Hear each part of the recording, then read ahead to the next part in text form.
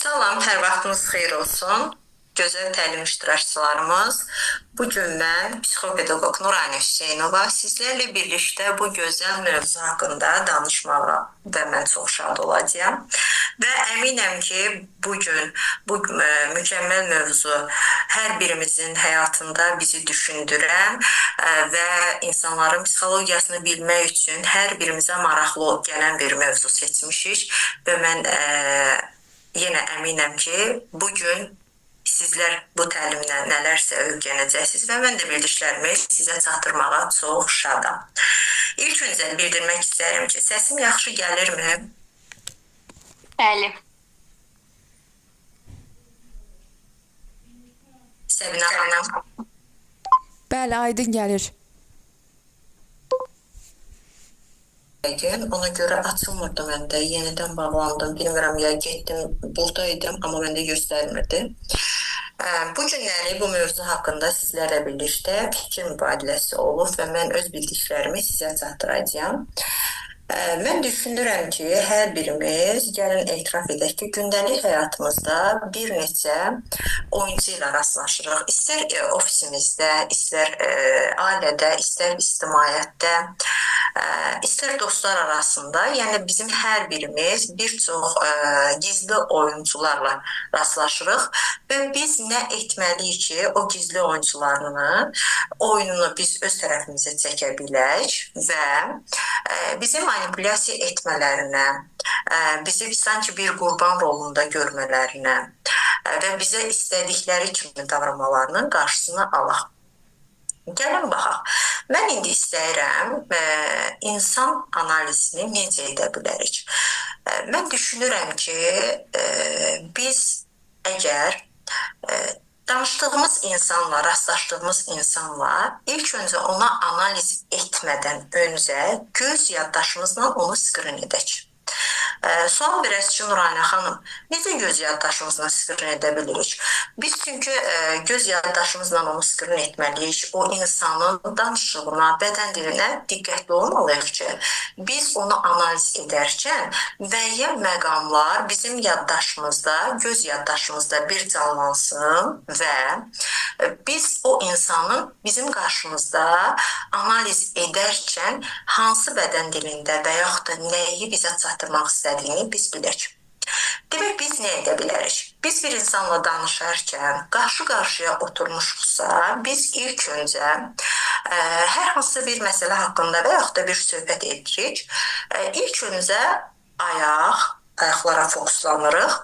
Demək ki, insan bizim qarşımızda otura bilər, amma onun göz kontaktını qururuq. Qarşı-qarşı oturduğumuz halda baxın, onun ayaqları hər hansı bir tərəfə dura bilər. Məsələn, qapıya tərəf dura bilər, amma düzgün oturmuşuq. Baxın, göz kontaktını qururuq, bədən bizə tərəf yönəlidir, amma biz ayaqlarına fokuslananda baxırıq ki, onun ayaqları başqa bir tərəfə yönəlibdir. Burada insan nə demək istər bizə? Bədən dili onu deyir ki, mən artıq sənin söhbətlə mənim üçün maraqlı deyil. Mən heç cürə sən söhbətini dinləmək istəmirəm və yaxud da yoruldum. Sadəcə nəzakət xatirinə biz o insanı dinləyirik, qarşımızdakı insan bizi dinləyir. Amma bədən dilindən artıq bizə bildirir ki, mən bu söhbət mənim üçün maraqlı deyil. Və bu zaman nə edirik?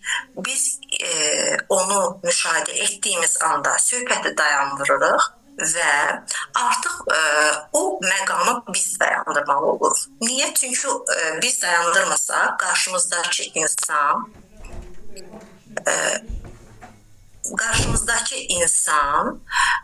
o bizdən öncə o masadan durur və biz artıq o söhbətdə yarımçıq qalırıq. Ona görə də ilk öncə biz insanın bədən dilinə fikir verməliyik. Salam, narsist insanı necə tanımaq olar? Narsistlər ümumiyyətlə qarşısındakı insanları baxın, onlar öz istədiklərinə alüdə etmək istəyirlər. İstər söhbətdə, istər hərəkətlərdə onlar öz istədiklərini o insana bir növ manipulyasiya şəklində yerinə yetirirlər. Narsist heç vaxt icazə verməz ki, qarşısındakı insanın sözü onun sözündən üstün olsun. Bir narsist heç vaxt imkan verməz, istəməz ki, kimsə ondan daha bir tərifə layiq, təqdirə layiq görülsün. O hər zaman özünün təqdirə layiq, hər zaman tərif istəyir və qarşısındakı insanları da bir növ qurban rolunda görür. Yəni narsistlər hər zaman çox mehriban ola bilər, amma heç bir zaman hərəkətlərində səmimi olmurlar. Sənin danışdığın maraqlı deyil, mən də ilk ayaqlara fikir verin, həm söhbət olanda tam olaraq başa düşə bilmədim. Bir də masada süreçli nəysə oynarsan, yaxasını düzəldirsə, olduğu yerdə narahatdır, sıxılır. Bəli, çünki o insan daxilini sizə bildirmək istəmir də. Məsələn, biz söhbət edərkən mən sürekli tutalım ki, mənim saruçkamın varatnikində hər hansı bir ləkə var, narahatçılıq vardır. Mən sürekli bundan oynayıram. Siz mənə fikir verməsəz də, mən artıq bu hərəkətimdən sizə bildirirəm ki, mən buradan narahatım. Və yaxud da mən daxilən tamamen başqa bir fikirlə gəlib oturmuşam burada, amma maskalanmış şəkildə sizinlə danışıramsa, mən artıq bədən dilimdən göstərirəm ki, mən daxilim başqadır, mən art niyyətlə oturmuşam, amma hər hansı bir məsələdə sizi razı salmaq adına və yaxud da tutalım ki, siz məni tanımayasınız, bəzən insanlar heç insanların daxilini tanımadığı üçün tez qapılırlar onların saf kimi görsənməklərinə, səmimi olmaqlarına. Ona görə də daxili hər zaman art niyyətdə olan insanlar bədən dilindən özlərini biruzə vermiş olurlar. Narsisti düzəltmək mümkündür, bəs narsisti düzəltmək gərək onları durmadan tərif verəsiniz. Baxın, bir narsisti düzəldə bilmərsiniz. Siz deyəsiniz ki, mən narsisti düzəldərəm və narsist yəni mənim istədiyim xarakterə dönüşə bilər. Əsla. Sadəcə olaraq narsistləri siz necə kontrolda saxlaya bilərsiniz? Onlara durmadan tərif yağdırmalısınız. Ən gözəlini, ən mükəmməlini, ən xoşa gələn hər bir şeyin gözəl etdiyini bir narsistə bildirməlisiniz. Sadəcə olaraq onların bəzi xüsusiyyətləri vardır ki, onlar əgər tərif alırlarsa, onların o necə deyim, aqressiv damarlarına toxunmadığımız sürəcə onlar bizə ziyan vermirlər və çalışmırlar ki, qarşısını qurban roluna salsın. Niyə? Çünki siz artıq ona tərifləyirsiniz axı, siz onun egolu olduğunu bildirmirsiniz, sizin ondan bilikli, savadlı və yaxud da onun hərəkətlərini başa düşdüyünü siz ona çatdırmırsınız. Ona görə də bir narsistə gərək hər zaman mükəmməlsən, səndən yoxdur. Yəni artıq bir narsist həyatımızda varsa və biz onu çıxarda bilmiriksə, bu həyatı məcburi şəkildə başa vurmalıyıqsa, ancaq onlara tərif yağdırmalısınız və onların hər zaman mükəmməl olduğunu deməlisiniz. Məncə xeyr, düzəltmək olmur, bəli. Çünki o yoldaş dediyi kimi xarakterdir, insanın xarakterini dəyişmək qeyri-mümkündür. Sadəcə olaraq müəyyən toxunuşlar edərək həyatı sadələşdirməyə bacara bilirik. Bir də ümumi ortamda salamlaşmağa fikir verirəm. Bəzi insanlar salamlaşmağa ayrımcılıq göstərir. Bu da səmimiyyət səviyyəsini göstərir. Çox zaman müşahidəsi olduğum üçün bunları kənardan görmüşəm. Ola bilsin ki, siz bədən dilindən müəyyən qədər bilikləriniz var və insanlar bədən dili ilə və vurğuladığımız kimi salamlaşmağı da insanlara görə, kimisinin imkanına görə, kimisinin təhsilinə görə, kimisindən işə açdığına görə, yəni düz vurğulursunuz və bu çox zamanda bədən dilini bilən insanlar üçün biraz yorucu olur. Çünki biz hər birimiz bir məclisdə və yaxud da bir ictimai yerdə bədən dilindən məlumatlıyıqsa, bəzi o bizim müşahidə etdiyimiz hərəkətlər bizi yora bilir. Bəs səhvlərini necə izah etmək olar? Narsistdə səhvim var deyə bilmərsən. Narsistdə səhvim var desən, narsist o dolar özü ilə bərabər hər yeri yandırar. Çünki narsist sən səhvsən, sən bunu düz etmədin, o kəlmələri xoşlamır. Narsistdə indi mən bu günləri təlimdə izah edəcəm, mən dili ilə danışmağı. Biz insanlara sehirli kəlmələrlə, sehirli sözcüklərlə yanaşmalıyıq və çətin insanlarla necə yola gedə bilərsə, elə bunlardan biri də məhz narsistdir. Çünki narsist heç bir zaman sən səhvsən sözünü qəbul etmir. Səhv olsa da qəbul etmir. Orada böyük bir konflikt yaşanır, böyük bir fəlakətə çevirir də. Yəni elə bir hərəkət edir ki, biz özümüz onun qarşısında hətta üzr də istəyə bilirik bəzən. Bəzən biz səhv etdiyimizi, səhv düşündüyümüzü ki, o yerə gətirib çıxdara bilirlər. Ona görə də heç bir zaman bir narsistə sən səhvsən deməyə çalışmayın. Səhvin görüb sadəcə olaraq mən dili ilə, sehirli kəlmələrlə onu yatışdırmağa və yaxud da müəyyən bir sözcüklər seçirik, yeri vurğuluram, sehirli cümlələr, sehirli sözlər ki, onlar narsisti səhvini ona acığı gəlməyəcək şəkildə demənizi və yenə söyləyirəm, müəyyən qədər yola getmək olur.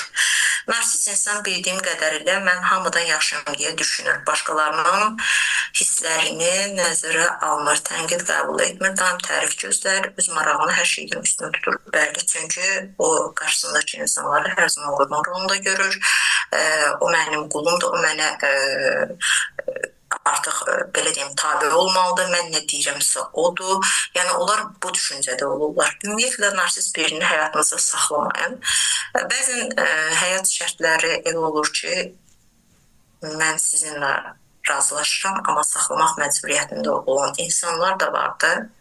Ona görə də o narsist birisi varsa həyatımızda, təbii ki, biz düşünməliyik ki, ondan necə yola getməliyik. Yəni, hər anı mən bu insanı həyatımdan çıxarda bilərəm deyə bir şeyi edə bilmirik bəzən.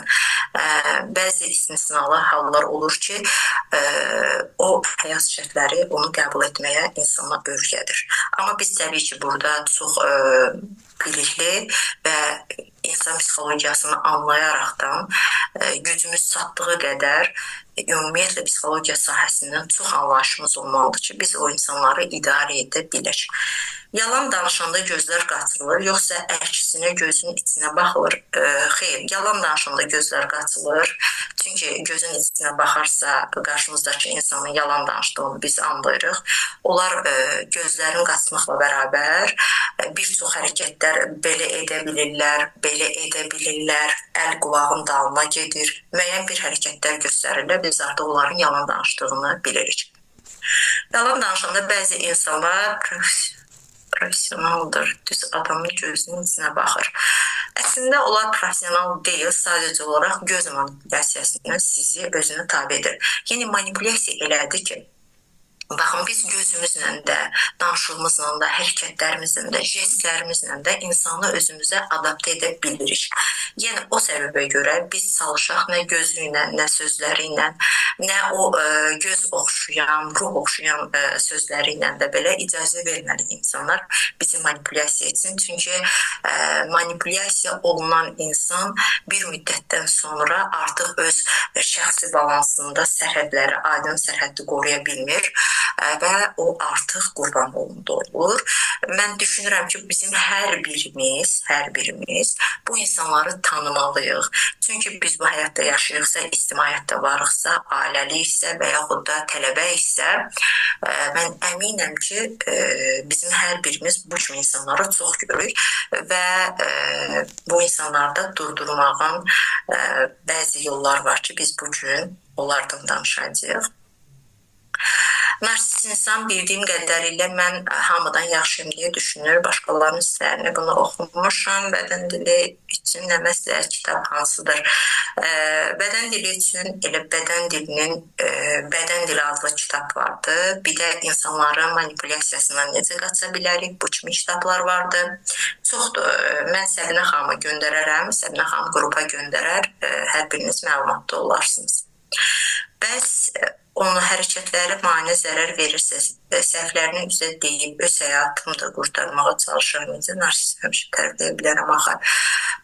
Baxın, siz bu günləri bir narsist yoldaşdan, dostdan, yəni özünüzü xilas edə bilərsiniz. Qarşınızdakı insan əgər narsistdirsə, siz bunun fərqinə varmısınızsa, təbii ki, yəni ondan qurtula bilirik.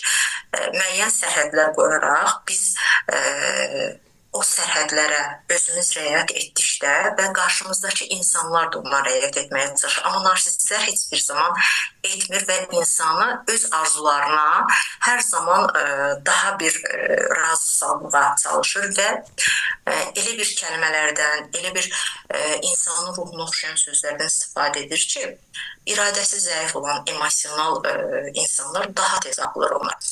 Amma bəzi tutalım ki, ailələr vardır ki, ailələrdə uşaqlar var. Bu uşaqlardan valideynlər keçə bilmir. İstər tək elə narsistlər bir bəylərə aid deyil, xanım narsist olumlu da vardır ki, yəni necə bəylər, eləcə xanımlar da yəni narsist olaraq zülm verir insanlara.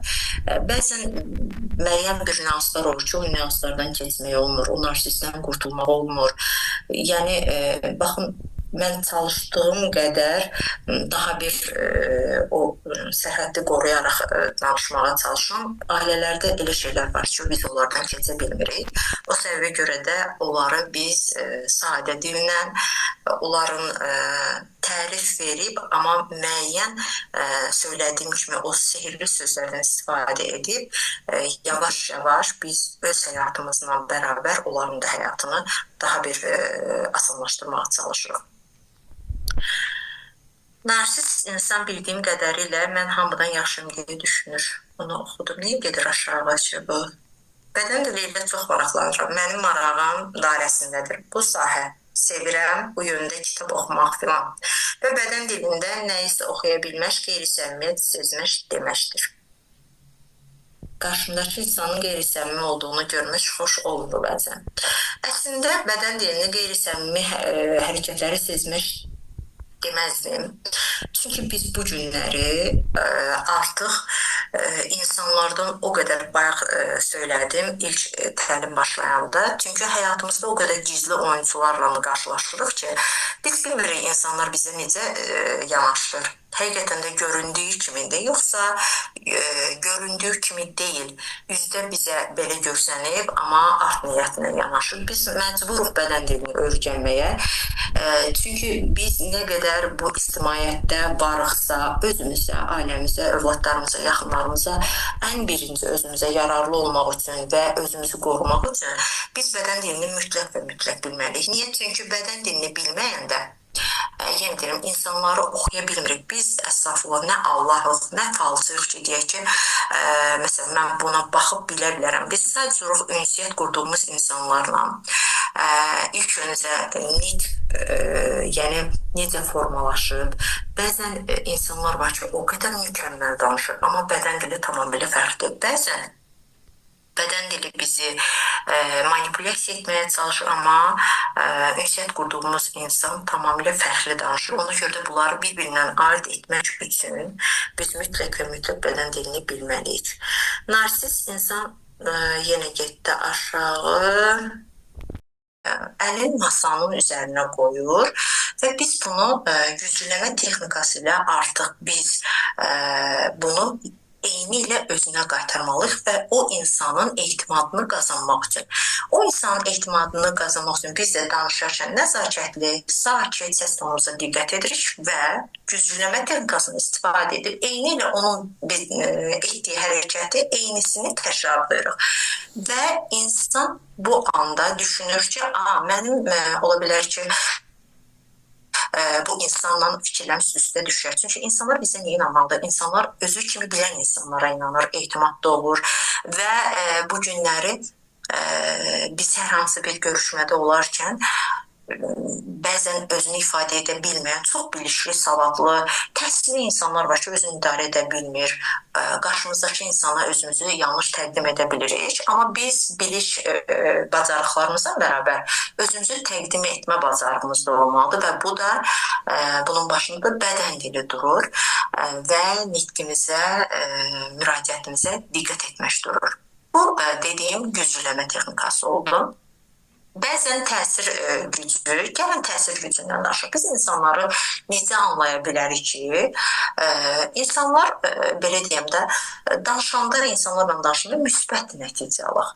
Biz müsbət nəticəni almaq üçün biz ilk öncə demək qarşımızdakı insanla necə danışmalıyıq və onu necə bizim fikirlərimizə razı salmalıyıq və yaxud da hər hansı bir fikir bildirmək istəyirik və qarşımızdakı insan onu hə deməyini, bəli deməyini istəyirik.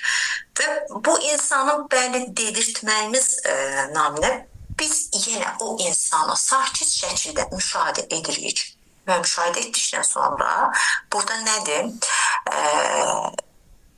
Bəli döngəsindən istifadə edirik. Bəli döngəsi ilk öncə biz 3 sual düşünməliyik ki, biz verdiyimiz ard-arda bu 3 sualın üçünə də bu insan bəli deyə bilsin. Və 3 sualı ard-arda bəli deyən insan hər zaman şuur altında artıq 4-cü suala xeyir demək ehtimalı azalır.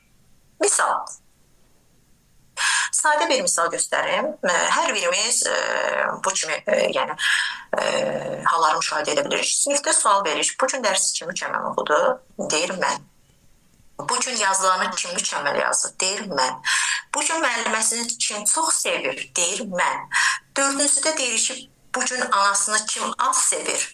Artıq avtomatik mən 3 dəfə dedik mi mən? Dördüncüdə xeyir kəlməsi. Həm biz onu məntiq baxımdan çaşdıra bilirik, həm də şuur altımızda o artıq mən dediyi üçün mən yox deyə bilmir. Yenə bir çox tələbələr mən deyərək cavablandırır. Yəni bu da vurğuladığım kimi bu bir misaldır sizə çəkirəm. Yəni biz istədiyimiz hər hansı bir nəticəni bəli cavabını almaq üçün ilk öncə elə söhbəti, ünsiyyəti elə qurmalıyıq ki, o insan bizim verdiyimiz o 3 sualın təsdiqini versin və dördüncüdə artıq xeyir demək kimi bir şansı olmasın və artıq orada bəli şuur altında bəli artıq aktivləşdiyi üçün xeyir deməkdə biraz tərəddüd edə bilir. Sonra mən sizə istəyirəm bildirəm mən dili ilə danışmaq. Biz insanlarla mən dili ilə necə danışa bilərik, onları necə idarə edə bilərik? Bəzən qarşımızdakı insanın səhv olduğuna görə bilirik, bəzən haqsız olduğunu görə bilirik, bəzən özünü ifadə edərkən bizi incitdiyini hiss edə bilirik. Amma o belə bayaq sizin verdiyiniz suallardan elə narsist bir adamdır qarşımızda əyləşib və o haqsız olduğu yerdə bizi haqsız çıxardır, bizim yanlış olduğumuzu deyir. Biz o zaman onu ittiham etsək, əmin olun ki, biz oradan heç bir nəticə almayacağıq və orada müəyyən bir konfliktlər olur, fikirlər üst-üstə düşmür, biz bir-birimizi yanlış anlayırıqsa və orada bir-birimizlə o heç bir danışdığımız sözün nəticəsini də yaxşı şəkildə ala bilmirik. Və biz buradan nə etməliyik? Biz həmin insana bildirməliyik ki, mən bu vəziyyətdə özümü çox pis hiss edirəm və özümü çox dəyərsiz hiss edirəm. Baxın, burada qarşımızdakı insana biz emosional olaraq artıq biz kodladıq. Çünki o insana sən haqsızsan, biz onu ittiham etsək, o heç bir, o haqsız olduğunu qəbul etməyəcəkdir. Amma biz ona emosional olaraq yanaşsaq ki, sən bunu etdin, mən özümü çox pis hiss edirəm və bu vəziyyət məni çox narahat edir. Mən özümü dəyərsiz hiss edirəm. Artıq o insan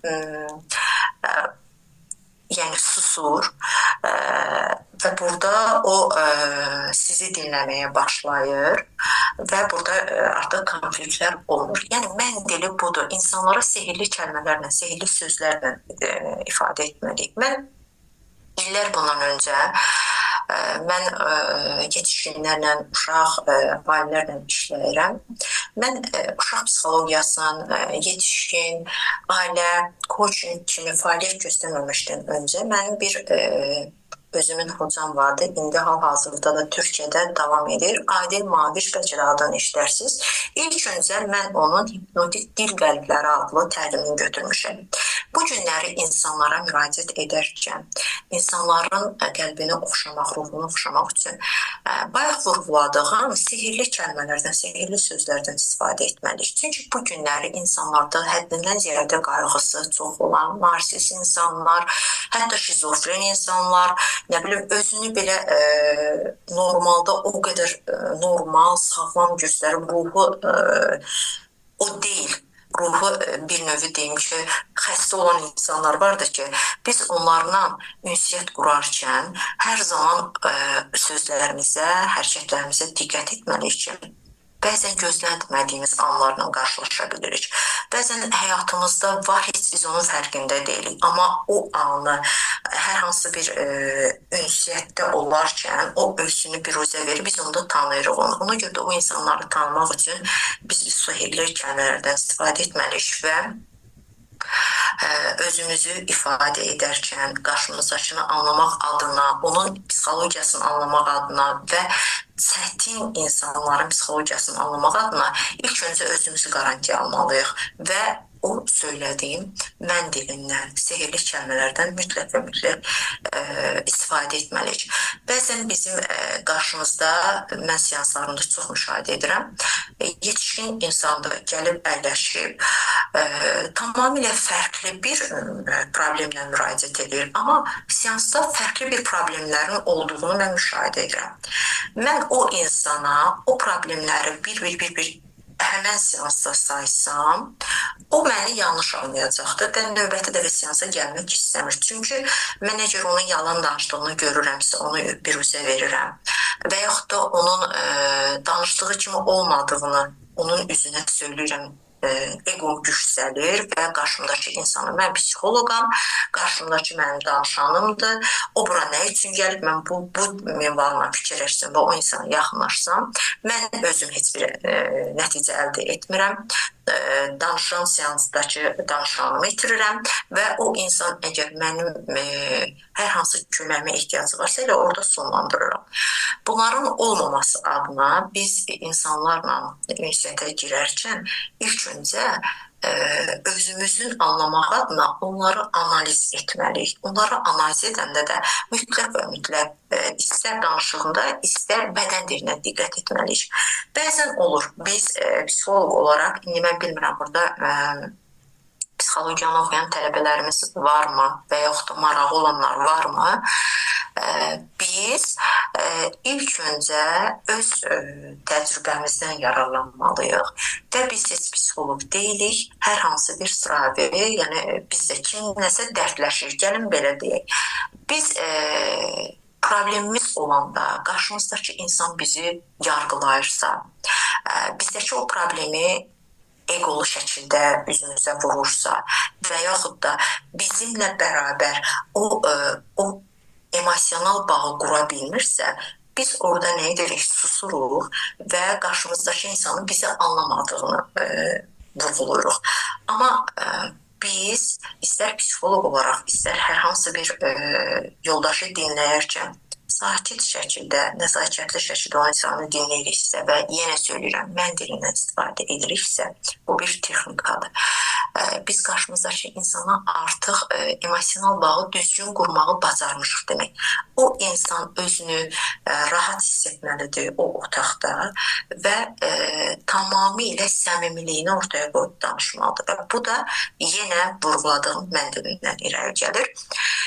Mən indi istəyirəm, mən gəlin ən vacib, son bitməmiş müəyyən bir problemlər oldu. Biz təlimlə gec qoşulduq, zamanımız bitir, zombizə atır. Gəlin biraz manipulyasiya haqqında danışaq. Bu gün həyatımızda manipulyasiya edən insanlar, manipulator insanlar çoxdur, həddindən ziyadə çoxdur. Biz insanları, bu manipulyasiya edən insanları necə tanıyaq? Necə onlar bizim həyatımıza daha bir o döngü nöqtəsində olmasın və biz bu insanlarla necə rəftar edək ki, bunlar bizi öz manipulyasiyasına salmasın. Bəzən manipulyasiya edən insanlar bizi tanıyaraqdan müdaxilə etməyi sevirlər. Misal, mənim hər hansı bir qarşımdakı insan zəif nöqtəmi bilir və yaxud da həddindən ziyadə emosional insan olduğumu bilir və yaxud da tez özündən çıxan insanam. Bu insan məni ancaq özünü qəzəbləndirərək, məsələn, elə bir söz deyir ki, mən qəzəblənirəm. Tutalım ki, mənim rəfiqəmin haqqında danışır, o rəfiqəmin mənə yaxşı münasibəti olmadığını bildirir. O insan mənim üzümə gülür, mənimlə yaxşıdır, amma arxada məni yanlış tanıdacaq kəlmələr işlədir.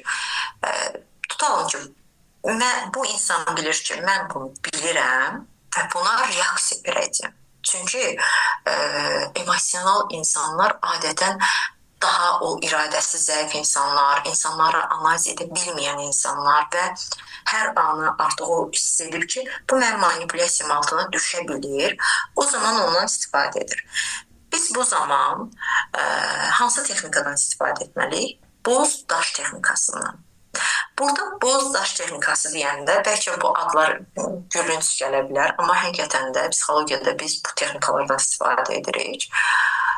Boz daş texnikası demək olar ki, burada emosional olaraq reaksiya vermirik. Biz qulaq asırıq və boz bir daşa çevrilirik. Biz emosional olaraq ona qapılmırıq və onu orada dondarırıq. Və qarşınızdakı insan baxır ki, mən danışdığım heç buna əhəmiyyətsiz gəlir, reaksiya vermir. Mən səhərdən bunu qıcıqlandırmağa çalışıram, amma bu insan özünü o yerə qoymur da. Yəni bu o düşünürdü ki, manipulyasiya edəcək bizi. O düşünürdü ki, hər hansı bir kəlmə ilə bizi özümüzdən çıxardacaqdır. Artıq biz ona reaksiya vermədik və onu orada dondardıq. Və bizim cavab verməməyimiz artıq o insanda bir fikir yaratdı ki, bu mənim manipulyasiyama düşmədi. Bu dəfə düşmədi. Yəni, biz orada artıq konkret olaraq o insana dur deyirik və biz onu eşidirik. Artıq o orada durduğu üçün növbəti dəfə sizi manipulyasiya edə bilmir. Və yaxud da ola bilər ki, tutalım iki yoldaşdır, çox əli açıq insandır. Bugün həyatımızda elə insanlar vardır ki, durmadan tərif yağdırır şənimizə, durmadan mərd olduğumuzu söylüyor və onlar birlikdə bir abidə gedirlər. Yəni, qarşımızdakı insan düşünür ki, hər kəs öz pulunu verə bilər və yaxud da qarşılıqlı bölüşüb bu yediyi şotu verə bilərlər, yeməyin şotunu. Amma o insan, qarşısındakı insan o qədər gözəl manipulyasiya edir ki, hətta o insan pulunu verir, deyəndə ki, mən də bunu bölüşmək istəyirdim, deyir ki, ayıq deyil, biz şişə sürətdə də yemişik. Amma insanlar vardır ki, qarşısındakı insanı manipulyasiya edərkən, insan bayaq söylədiyim o boz daş texnikasından istifadə edir və düşünür ki, bu bunu manipulyasiya edəcəkdir. Bu yenə nə var, nə yox, buna xərcləyəcəkdir. Ən yaxşısı buna qulaq asıram və burada mən yox sözünü işlədə bilirəm. Mən abidə getmək istəmirəm. Və yaxud da mən bugün yemək bu saatda az deyiləm. Artıq növbəti dəfə o manipulyasiya etməməyə çalışır insan. Və bir də insanlardan sərhəd qorunurlar. Gəlin aydın sərhəd barəsində danışaq. İnsanlar bu günləri qarşısındakı insanla sərhəddi qorumadığı üçün qarşımızdakı insanların da bizim sərhədimizi qorumağa ehtiyac duymurlar. Çünki biz ilk öncə özümüzü sevməliyik, özümüzə dəyər verməliyik, özümüz üçün nə qədər mükəmməl olduğumuzu özümüzə tez-tez xatırlatmalıyıq və bizim bizim müəyyən bir o sərhəd balansı vardır ki, onu ilk öncə özümüz qorumalıyıq. Sonra qarşımızdakı insandan onu tələb etməliyik. Biz onu özümüz əməl etməyəndə qarşımızdakı insanlar da o sərhəddi qorumaq məcburiyyətində olmadıqlarını düşünürlər. Gəlin baxaq görək, biz qarşımızdakı insana sərhəddi qorumaq üçün xeyir dedikdə və yaxud da ona uzun-uzadı izahlar verəndə nə olur? Bəzən qarşımızdakı insan bu çox vaxt iki sevgili arasında da olur, dost arasında da olur, rəfiqalar arasında da olur.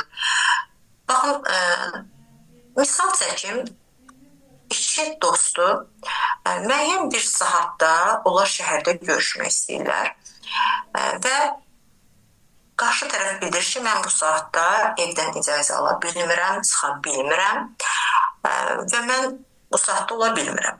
O insan hansı sual verir ona? Sən məni istəsəydin, dostluğumuzu qorusaydın, yəni sən evdə bir şey uydurardın və bu saatda biz görüşə bilərdik. Baxın, bu da bir manipulyasiyadır və qarşımızdakı insanı biz bu kəlməmizlə özümüzə adaptə etmək istəyirik. Biz onda günahkarlıq hissi yaratmaq istəyirik, biz onda bizim üçün nələrsə etməyini və bir də ən əsası qurbanlığında olmaq istəyirik. Artıq burada insan emosional olaraq zəifdirsə və özünü ifadə etməkdə çətinlik çəkirsə və əvvəllər də elə bu kimi problemlərdə o sakit qalıbsa və qurban rolunda olubsa, o ilə davam edəcəkdir. Yox, əgər o insan düşünür ki, mən bunu etməməliyəm, o zaman yəni biz bilirsiniz hansı texnikadan istifadə etməliyik. Mən düşünürəm ki, biz o zaman o insandan aramızdakı balansı qorumaq üçün dur texnikasından istifadə etməliyik və ona deməliyik, məyər səndən mənim dostluğumu bizim harasa getməyimiz ölçür. Yəni bu bir ədalətli sualdır. Sən mənə verirsən ki, biz səninlə dost olsaq, yaxşı dost olsaq, sən məni yaxşı dost kimi bilsən, mən dediyimi edərsən. Baxın, o insanın artıq şurasını ötürürük ki, bizim dostluğumuz sən mənə nəsə deyirsənsə, mən bunu eləməklə ölçülürsə, madam ki, əgər bu ölçülürsə, yəni bizim dostluğumuz burada bitə bilər. Amma o insanı biz düşündürürük ki, yəni sən məni qurban rolunda görə bilmərsən, sən məni nəyinəsə günahlandıra bilmərsən. Bəzən insanlar özünü günahlandırır, vicdan əzabı çəkir, o məndən yaxşı dostdur, mən o dostumu itirə bilərəm. Bəzən belə məqamlar özünü təsdiqdə də baş verir. Əgər insan ətrafında ilk öncə bunu vurğulamaq istəyirəm ki, ailəsində dəyərsizlik hissi görürsə, qarşısındakı insanlara özünü sevdirməyə çalışır. Bildiyiniz kimi dəyərlər ilk öncə ailədən gəlir. Lap kiçik yaşlarında hər zaman kimlərdənsə təsdiq gözləməli oluruq və özümüzü təsdiq etmiş məcburiyyətində oluruq.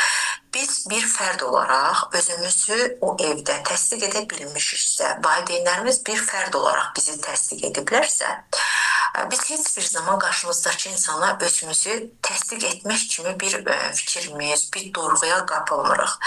Və bu çox vaxt ailədə, yaxınlarımız arasında, yoldaşlar arasında, yəni bu dəyərsizlik hissini biz görürüksə, qarşımızdakı insanlara biz özümüzü sevdirməyə çalışırıq.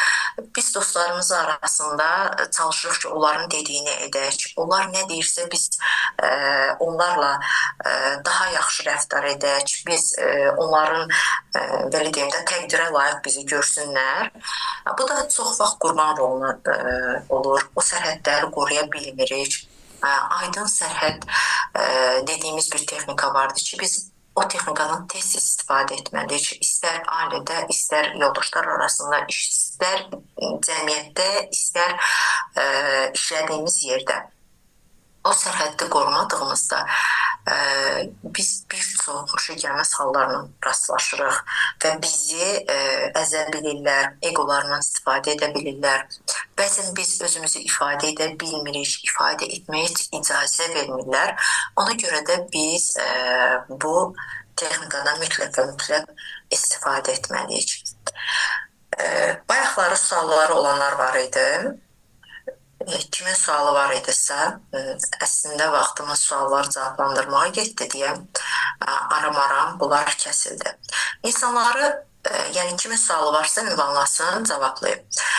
İnsanları tanımaq adına, insanların psixologiyasını bilmək adına, ən əsası bədən dilini mükəmməl bilmək üçün biz psixologiya tez müraciət etməliyik. Bizim ixtisasımızdan asılı olmayaraq, istər ümumiyyətlə psixologiya sahəsində yoxuq. Heç biz tamamilə marketinq sahəsindəyik. Bildiyiniz kimi marketinq sahəsində də insan psixologiyasını bilmək çox vacibdir. Və yaxud da tutalım ki, biz hər hansı bir özümüzün şəxsi bir dükanımız vardı. Orada hər hansı bir yəni insanlara mal təqdim edirik, satırıq. Yəni istər ərzaq, istər paltar və bizə müraciət edən insanın psixologiyasını bilmək adına və bizim işimizin daha effektli, daha gözəl getməsi adına biz psixologiyaya mütləq müraciət etməliyik. Vaxtımız çatdıqca insan psixologiyasını araşdırmalıyıq. Fərqli insanlar, fərqli xarakterli insanlarla biz yəni görüşüb tanış ola bilirik və bu da bizim özümüzü qorumaq adına, öz işimizi qorumaq adına təbii ki narsistlər, baxın, narsistlər heç bir zaman qarşısındakı insanın ondan üstün olmadığını sevir, bu ayrı. Yəni bir narsist o demək deyil ki, o adam narsistdirsə illa ki yalan danışır. Yəni manipulyasiya etmək başqadır, yalan danışmaq başqadır. Əgər o insan yalan danışmaq niyyətindədirsə, yəni onu istər-istəməz bu bir narsist, bu bir qeyri-xarakterə aid deyil. Yəni biz insanın yalan danışdığını müəyyən bir zaman içərisində biz diqqət edib anlaya bilirik. Yəni narsist sizi özünə bağlamağı, yəni ən birinci belə deyim də manipulyasiya edən insanlardan biri ola bilər. Amma o demək deyil ki, həyatınızda bir narsist varsa və siz onun narsist olduğunu bilirsiniz və amma o insanın sizi sevdicinə, yəni düşünürsünüz ki, bu məni yalandan deyir, yalan söyləyir, mən səni sevirəm. Bu o demək deyil. Yəni biz hər hansı bir narsistlə həyatımızda ola bilər. O demək deyil ki, onlar hər anı yalan danışır. Sadəcə yox, narsistlər onlarda ego həddindən ziyadə çoxdur. Həddindən ziyadə çox olduğu üçün onlar qarşısındakı insanları özlərinə tabe etməyi sevirlər. Yəni egoları imkan vermir ki, kimsə onlardan yuxarıda olsun. Onların problemi ego problemidir. Yəni səhv edib dəfələrlə sonra heç nə olmamış kimi davranır, sonra barışır, səni sevirəm falan. Yəni belə. Baxın, əslində narsistlər insanı əgər sevgi verirsə, onu həqiqətən sevirsə, onun həyatından çıxmağını heç bir zaman istəmir. Ona əziyyət versə də, onunla bərabər müəyyən bir konfliktlər yaşasa da, o insanın həyatından çıxması onun fəlakətidir. Yəni, gerçəkdən o insan sevirsə. Ola bilər, vurğulamısınız ki, səhv edir, problem yaşayırsınız, siz onun bir narsist olduğunu bilirsiniz və yaxud da ki, onun etdiyi səhv sizin baxış açınızdan yanlışdır. Amma o heç vaxt onu yanlış deyə düşünmür ki, bu yanlışdır. Çünki onun düzdü hər zaman ona, səhvi də düzdür, o hər zaman ona düzdür. Amma o demək deyil ki, o sizi sevmir, yanlış edir, təzədən barışır. Bir narsistin həyatında varsınsa, ondan canını qurtarmaq böyük bir fəlakətdir. Sən canını qurtarsan belə, o səndən canını qurtarmaq istəmir. Niyə? Çünki o elə istəyir. Yəni bir narsist istərsə ki, sən onun həyatında qalasan, o istər zor gücünə, istər manipulyasiya edərək, istər qəzəbli, aqressiv şəkildə, yəni bir növ deyim ki, onlar savaşsalar da, hər hansı bir konflikt yaşasalar da, sevdiklərini əlində möhkəm tutandı. Yəni narsistin bu xüsusiyyəti də vardı ki, deyirlər ki, tutalım ki, kimisə göstərilir, həyatdaşı həddindən ziyadə çox istəyir. Allah vursun onu çox istəməyini. Heç çox istəməyini heç nə verməzlər. Buradan qanımı qaraldır, nə olsun ki, məni çox istəyir. Baxın, yəni bu bir deyim, eşitməmiş olmarıq da, yəni hər birimiz, yəni həyatımızda bu kimi sözləri eşidə bilirik. Amma yəni o narsist olsa da, bizə əziyyət versə də, sevgisi həddindən ziyadə bəzən sevgisi ilə boğur, bəzən qısqanclığı ilə boğur, bəzən öz egoları ilə boğur, amma səni də əldən buraxmır. Yəni o bağlandısı bitdi. Yəni onun üçün ölənə qədər budur. Biz onun əzabını çəkirik. Yəni o demək deyil ki, o yalandan sizi sevir və yaxud da səhv edirsə, barışırsa, demək ki, yalandan. Müxtəlif xarakterli insanlarla ünsiyyətdə nəyə nəzərə almalıyıq? Müxtəlif xarakterli insanlarla ən birinci insan psixologiyasını bilməlisiniz və qarşınızdakı insanın, yəni biz onunla ünsiyyət qurduqca, istər-istəməz bizim daxilimizdə nə qədər art niyyət olsa da, üzdə biz çox səmimi, mələk kimi görsənsək də, axı daxilimizdə var o art niyyət. Biz istər-istəməz o maskadan çıxa bilirik və ünsiyyət vasitəsilə biz onu ötürə bilirik. Necə? Bəzən eşitmişik də, deyirlər ki, sözü ilə əməli bir deyil. Yəni sözdə başqa cürə danışıb bizi razı sala bilir və yaxud da sözdə bizi o qədər özünü gözəl göstərə bilir, amma əməldə o deyil. Ona görə də insanları tanımağımız üçün bayaq da vurğuladım, insan psixologiyasını mütləq və mütləq öyrənməlisiniz. İstər evdə övladlarımızla rəftarımızda, istər işdə bir rəhbər olaraq işçilərimizlə, istərsə valideynlərimizlə.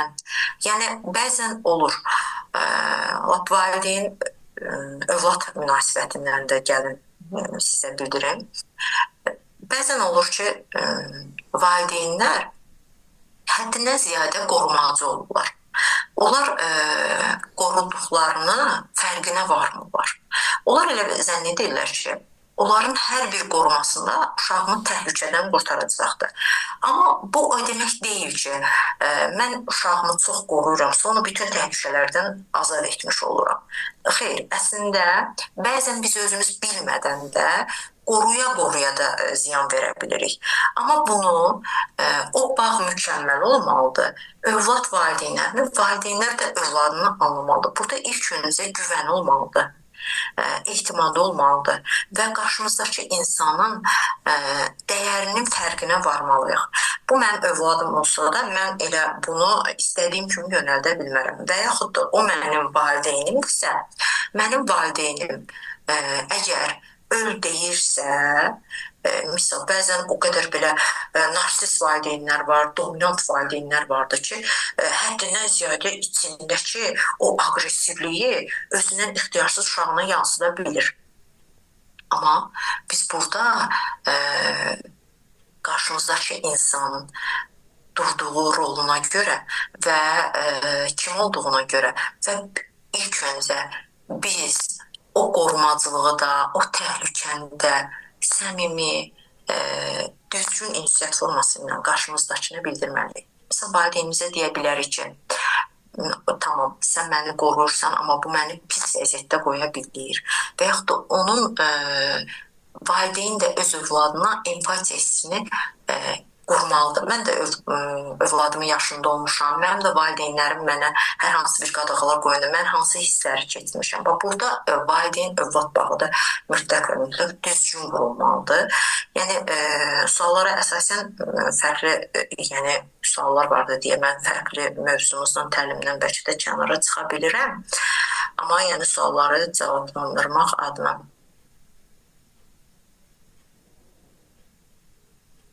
Mənə maraqlıdır, narsist biri niyə ətrafdaşları yaxşı, amma evin içinə aqressivdir. Çünki evin içindəki insanları daha ərk edərək.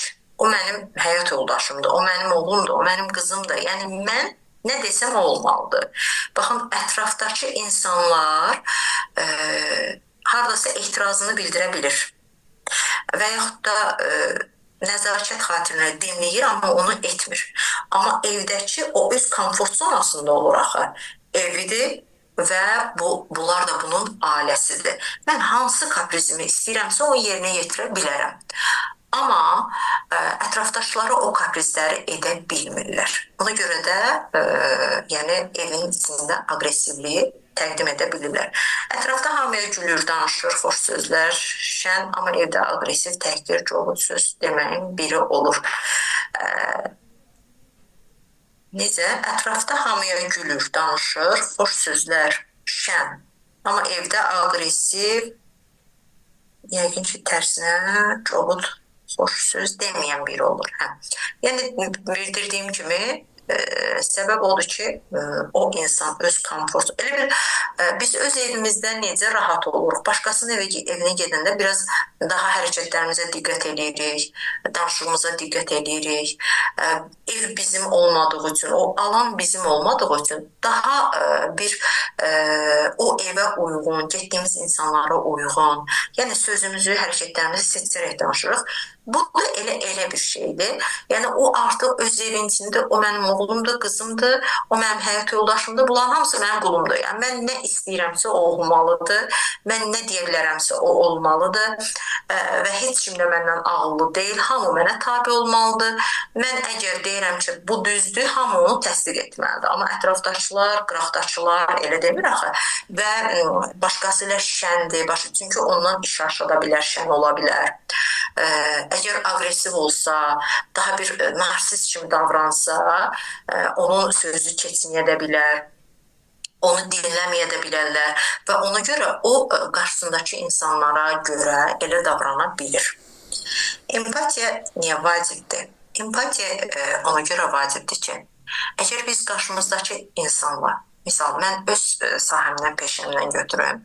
Mən bir psixoloq olaraq qarşımdakı insanla o empatiya hissini qura bilmirəmsə və yaxud da danışanım mənimlə bərabər o empatiya hissini qura bilmirsə, növbəti dəfə artıq o seansın onun maraqsız gəldiyini düşünərək o seansa gəlmir. Niyə? Səbəb nədir? Bəzən biz qarşımızdakı insanla danışarkən İnsanlar var ki, psixologlar da var ki, həddindən ziyadə çox eqolu insanlardır. Nə olar psixoloq olanda? Yəni, bu insan xarakteri budur, egosu yüksəkdir. O empatiya hissini ona görə qurursan ki, qarşındakı insanı anlamaq adına, onu duymaq adına. O insan o qədər egosu yüksəkdir ki, o danışdığı onun üçün gülünc gəlir. Onun üçün çox adi gəlir. Necə cərrahlar, biz bir yaxınımız əməliyyata gedəndə biz çox narahat oluruq, çox özümüzü belə stresli oluruq da. Amma cərrah deyir ki, narahat olmayın, nə var ki burada? Bir saatlıq əməliyyatdır, əməliyyat edib çıxacağım. Baxın, onlar o qədər o əməliyyatla məşğul olurlar ki, onlar üçün adiləşir. Amma bizim üçün necə oluruq? Biz axı o işlə məşğul deyilik. Biz hər təhlükə yaranır, streslə, həyəcan, bəzən özümüzdə bir panik atak yarada bilirik. Bu ada görə, ona görə onlar da yaxınla empatiyası qurmalı. Narahat olmayın. Burada elə bir çətin bir şey yoxdur. Bir saatlıq yüngül əməliyyatdır. Bu əməliyyat olub bitəcək və siz özünüz də görəsiniz ki, sizin xəstəniz nə qədər sağlamdır, necə düz düşünüb müraciət etmişsiniz. Baxın, bu şeylərin hər biri empatiya adlanır. Qarşımızdakı insanın həyəcanını, narahatlığını, aqressiyasını, problemlərini duymaq adına o empatiya hissi mütləq olmalıdır. İstər hansı sahədə olsun, yəni qarşımızdakı insanı anlamaq adına o empatiya hissini qurmaq vacibdir. Yüngülləşdirmək olmazmı heç bu davranışları? Yəni, narsistlərin davranışını yüngülləşdirmək adına sual verirsinizsə, bayaq söylədim, sehirli kəlmələrdən, sehirli sözlərdən istifadə edərək, ona tərif verərək, mən anlayıram, misal deyirəm də, hər hansı bir narsistə o haqsız olduğu üçün, baxın, o haqsız olduğu üçün siz ona fikrinizi bildirmək istəyirsiniz, amma bilirsiniz fəlakət olar. O bilirsiniz sizi günahkarda çıxardar və hətta siz çönüb bəzi vaxt ondan üzr də istəyə bilərsiniz. Amma nə etmək olar? O narsist bir bəylə və yaxud da xanımla danışanda biz bildirə bilərik ki, mən anlayıram, sən bundan narahat olursan. Tutalım ki, qarşımızdakı insan bəydir, biz həyat yoldaşı olaraq müəyyən bir qadağalar qoyur. Atıram, o istəmirsiniz, heç işləyəsiniz. Tutalım bir narsist bəyin yoldaşı deyir ki, mən işləmək istəyirəm. O insan istəmirsiniz işləmək. O qədər mahanalar, o qədər şərtlər qoyur insan qabağına ki, insan elə özü-özündən deyir ki, yox, elə mən işləməsəm yaxşıdır. Mən işləsəm bu problemlə rastlaşaram, bu insanla rastlaşaram. O qədər say bitməz problemlər yəni qoyur qarşına. Amma iradəsi möhkəm adam və necə deyim, yəni artıq o qarşısındakı insanın narsist olduğunu bilən adam sadəcə olaraq bu kəlmə ilə müraciət edir. Mən anlayıram bu təhlükələri, sən bir bəy olaraq məni düşünürsən, mən narahatsan mənim haqqımda, amma mən səni inandırım ki, əminəm ki, biz ikimiz birlikdə güclü olaraq bu problemlərin öhdəsindən gələcəyik. Yəni, mən sənə güvənirəm, mən əminəm ki, sən hər zaman mənim arxamda olduğun kimi bu məsələdə də mənim arxamda olasan və mən sənin sayəndə, cümləyə baxın, sənin sayəndə bu problemləri birər-birər aşacağam və biz heç bir problemlə qarşılaşmayacaq. Sehirli cümlə dediyimiz nədir? Sənin sayəndə. Biz vurğuladıq. Sənin sayəndə mən bunu həll edəcəyəm. Sənin gücünlə, onun gücünü vurğuladıq və onun gücünün var olduğunu vurğuladıq. O artıq nə oldu? Orada bir relaks dəqiqə yaşadı və bir tərif eşitdi. Tərif eşitdiyi üçün də sənə dəstək oldu. Amma onlar narsistlərin damarını tutdunsa, yəni onun say bitməz səni xoşbəxt edəcək nələrsə edər. Yetər ki, o narsistlərin damarını tutmaq lazımdır.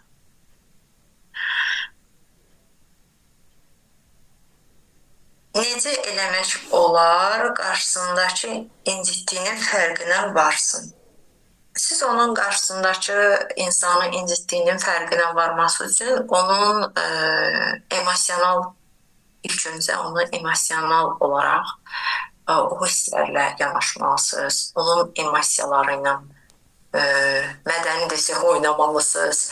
Çünki bugün biz emosional olaraq kiminsə hissləri ilə, duyğuları ilə oynaya biliriksə və o insan emosiyalara diqqət edir, qarşısındakı insan. Bir də narsistlər nə qədər qəddar olsalar da qadın göz yaşlarını çox dözə bilmirlər. İncidir. Baxarsan ki, həddindən ziyadə qəddarlaşdı. Nə bilim axı, elə söz deyir, insanı özündən çıxardır, təsəvvür edir ki, o insan qarşısında ölür. Sonra ani olaraq bir də ona çatır ki, o onun qadınıdır və yaxud da bacısıdır və yaxud da anasıdır. Bir yardımlar göstərir. Mən seanslarımda görmüşəm və ona görə də bunun şahidi olmuşam və əminliklə deyirəm ki, o insan bilmir ki, yəni o insanın necə külünü alsın, necə ona dəstək olsun ki, o insan ondan, belə deyim də, razı qalsın. Bax, bir narsistdən bunu da gözləyə bilərsiniz. Bir də ki, siz narsistdən, belə deyim də, o incitməyinin fərqinə varması üçün, yəni onu hər zaman tərifləməlisiniz. Hər zaman onu incitdiyini, ona aqressiv şəkildə, problemli şəkildə çatdırmamalısınız. Yəni, bir narsist ancaq belə davrana bilərsiniz. Qeyrisi qeyri-mümkündür. Çünki, nə bilim, o insan onu anlamır da. Yəni, o aqressiv şəkildə, eqolu şəkildə, normal insanla etirazını bildirərsin. O insan sənin şəxsi sərhədlərini gözləyər.